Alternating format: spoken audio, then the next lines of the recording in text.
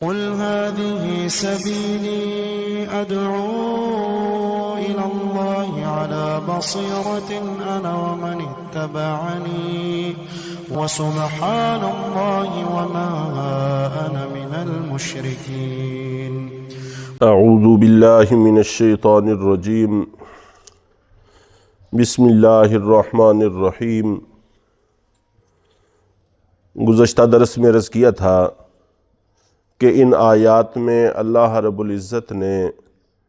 منافقین 4 قسم کے ذکر کیے ہیں، اور ہر قسم کا علیحدہ علیحدہ حکم بھی ذکر فرمایا ہے۔ ان میں سے سب سے پہلی قسم کا کچھ تذکرہ ہو گیا تھا، اور یہ وہ لوگ تھے جو مکہ مکرمہ سے مدینہ منورہ آئے اور آ کر اللہ کے نبی صلی اللہ علیہ وسلم کے سامنے مسلمان ہونے کا دعویٰ کیا اور اپنا اسلام ظاہر کیا۔ حقیقت میں یہ جاسوس تھے، جاسوسی کرنے کے لیے آئے تھے، اور کچھ عرصہ مدینہ منورہ رہ کر بہانے سے پھر دوبارہ مکہ مکرمہ چلے گئے اور کافروں سے جا کر مل گئے۔ تو یہ منافق وہ ہیں جن کا کفر پوری طرح سے کھل گیا، اور جب کفر پوری طرح سے کھل جائے تو ظاہر ہے کہ پھر ان کے احکام عام کافروں جیسے ہو جاتے ہیں کہ ان کے ساتھ قتال کرنا جائز اور درست ہے، چنانچہ ان کے ساتھ قتال کا حکم دیا۔ اور اس کے ساتھ ساتھ ان میں ایک اضافی چیز یہ بھی ہو جاتی ہے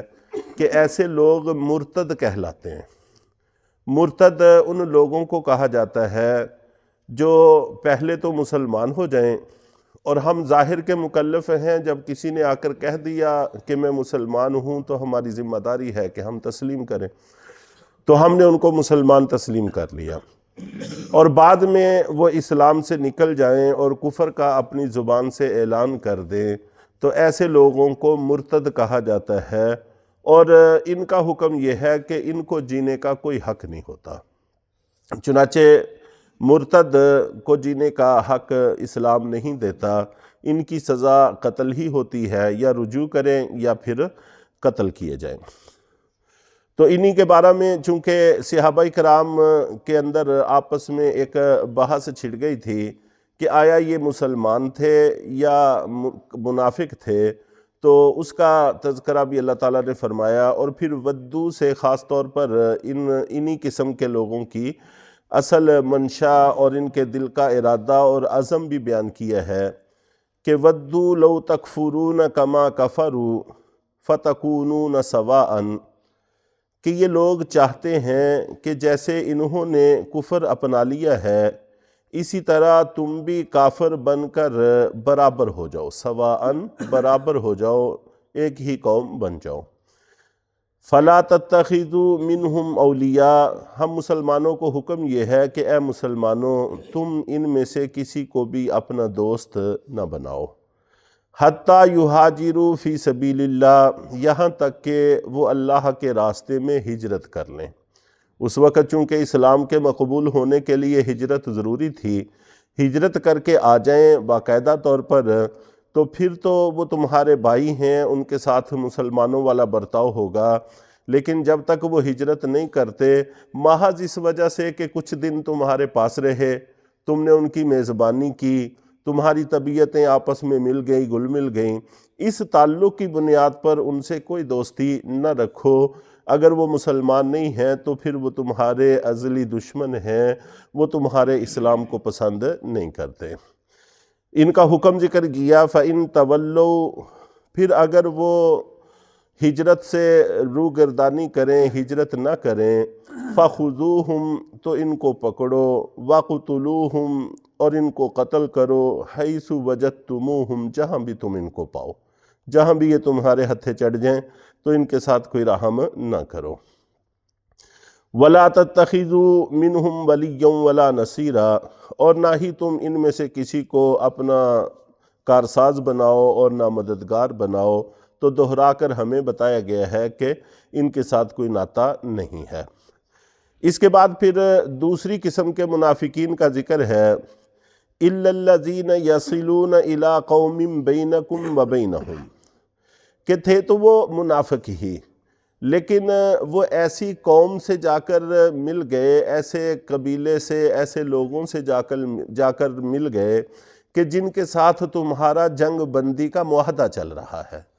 ظاہر ہے کہ جو لوگ ان کے ساتھ مل گئے، جو جنگ بندی کا معاہدہ اس قبیلے کے ساتھ ہے وہی ان کے ساتھ بھی تصور کیا جائے گا، اب ان سے ہاتھ روک لو۔ چنانچہ کچھ قبائل ایسے تھے، جیسے قبیلہ بنو خزاعہ، یہ عرب کا بڑا مشہور قبیلہ تھا، اور انہوں نے مسلمانوں کے ساتھ کوئی جنگ نہیں کی، اور نہ ہی یہ کافروں کے ساتھ مل کر مسلمانوں کے خلاف کھڑے ہوئے،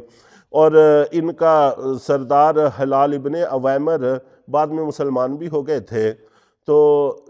ایسا کوئی قبیلہ ہے جن کے ساتھ مسلمانوں کی جنگ بندی کے معاہدے ہیں، تو ان کے ساتھ جا کر مل جائیں یہ لوگ، تو ان کے ساتھ بھی قتال نہ کرو، ان کو بھی چھوڑ دو، کیونکہ یہ بھی اس معاہدے کا حصہ بن گئے۔ ہاں البتہ وہ لوگ جو مل جائیں ایسے لوگوں کے ساتھ کہ تمہارے اور ان کے بیچ میں جنگ بندی کا معاہدہ ہے، میثاق، او جاؤکم حسرت صدورہم ان یقاتلوکم او یقاتلوا قومہم، اور یہاں سے تیسری قسم کے منافقین کا ذکر کیا گیا ہے، اور حکم ان دونوں درمیان والی قسموں کا ایک ہی ہے۔ تیسری قسم وہ ذکر کی ہے کہ جو اپنی قوم کے خلاف بھی نہ لڑنا چاہتے ہوں اور مسلمانوں کے خلاف بھی نہ لڑنا چاہتے ہوں، جو ہوا سو ہوا، لیکن ان کے دل جنگ سے تنگ پڑ گئے ہیں، اور ان کو یہ خدشہ بھی ہے کہ اگر ہم مسلمانوں کے خلاف نہیں لڑیں گے تو ان کی اپنی قوم ان کو مار دے گی، ان کے ساتھ قتال کرے گی، اس لیے وہ اپنی قوم سے بچنے کے لیے خود مسلمانوں کے ساتھ آ کر مل جاتے ہیں، ان کی پناہ حاصل کرتے ہیں، ان کے تحفظ میں آنا چاہتے ہیں۔ تو مسلمانوں کو کہا ہے کہ ان سے بھی ہاتھ روک لو، کہ دیکھو اس وقت وہ تم سے ہاتھ روک رہے ہیں، آخر وہ بھی ایک جتھا ہے، اگر وہ اپنی قوم کے ساتھ مل کر تمہارے خلاف کھڑا ہوتا تو قتال کی نوبت آتی، بے شک اللہ کی مدد تمہارے ساتھ ہے، فتوحات تمہیں ہی حاصل ہوتی، لیکن پھر بھی جیتنے والی قوم کی بھی صلاحیتیں صرف ہوتی ہیں اور ان کی بھی استعداد متاثر ہوتی ہے۔ اس لیے اللہ نے اگر تحفظ دیا ہے تو اس تحفظ کو قبول کرو، اب تم بھی ان کو کچھ نہ کرو، یا تمہارے پاس آ جائیں، او جاؤکم، یا وہ تمہارے پاس آ جائیں، حسرت صدورہم، کہ ان کے دل تنگ ہو گئے ہوں اس بات سے، ان یقاتلوکم، کہ وہ تم سے قتال کریں، او یقاتلوا قومہم، یا اپنی قوم سے قتال کریں، تو وہ اپنی قوم سے بھی قتال نہیں کرنا چاہتے اور آپ سے بھی نہیں لڑنا چاہتے۔ وَلَوْ شَاءَ اللَّهُ لَسَلَّطَهُمْ، آگے پھر اسی چیز کا ذکر کیا جس کا میں نے عرض کیا کہ اگر اللہ چاہتے تو ان کو تمہارے خلاف کھڑا کر دیتے، لَسَلَّطَهُمْ عَلَيْكُمْ، تمہارے خلاف کھڑا کر دیتے، فَلَقَاتَلُوكُمْ، پھر وہ تمہارے خلاف قتال کرتے،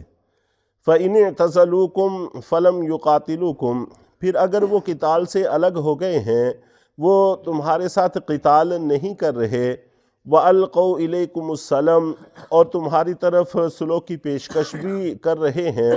فَمَا جَعَلَ اللَّهُ لَكُمْ عَلَيْهِمْ سَبِيلًا، تو اللہ تعالیٰ نے تمہیں ان کے خلاف جنگ کا کوئی راستہ نہیں دیا، اب تم بھی ان کے خلاف کوئی جنگ نہ کرو۔ سَتَجِدُونَ آخَرِينَ سے پھر چوتھی قسم کے منافقین کا تذکرہ ہے، تو انشاءاللہ العزیز ان کا کل کے درس میں تذکرہ کیا جائے گا۔ تو بہرحال ہم لوگوں کو حکم یہی ہے کہ کفار میں سے جو لوگ دین اور اسلام کو مٹانا چاہتے ہیں اور ان کے خلاف کھڑے ہوتے ہیں، ان سے ڈرنے کی ضرورت نہیں ہے، لیکن اگر کوئی صلح چاہتے ہیں تو پھر بلا وجہ ان پر جنگ مسلط کرنے کی بھی اجازت نہیں ہے۔ اسلام امن اور سکون کا دین اور مذہب ہے، اس میں کسی طرح کی کسی پر کوئی زیادتی کی گنجائش بھی نہیں ہے۔ اللہ تعالی ہم سب کو حق سمجھنے کی توفیق عطا فرمائے۔